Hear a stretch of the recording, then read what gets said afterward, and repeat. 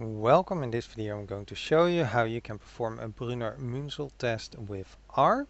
I'm using stikpetR Lab with an R kernel of version 4.3, but this should also work in, for example, RStudio, and I'll be using my own stikpetR library.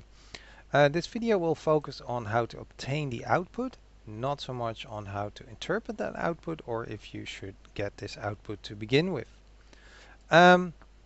To get an example going, I need some example data, so I'll load in some survey data that I had among some students, and I actually am going to be interested in the mix of the number of activities, which as you can see range from, well, actually had enough, far too little, far too much, too little, and too much. So this is not in the right order.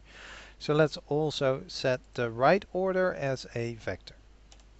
Now my stikpetP, stikpetR library is not available on CRAN, so you will need to use DevTools. So install DevTools if you've never used it before, and then you can load it directly from my GitHub.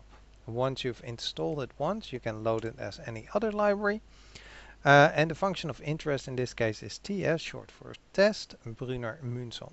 It takes as input the binary field, but if there's more than two categories, you can specify which two categories to use.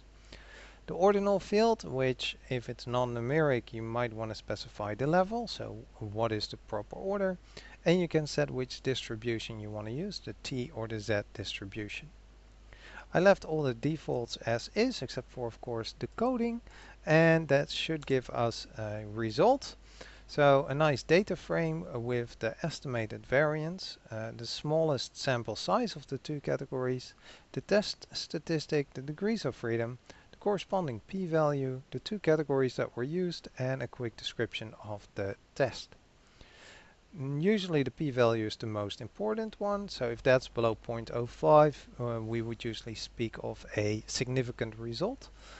There's also a permutation, and that would mean that probably the scores between males and females would also be different in the population.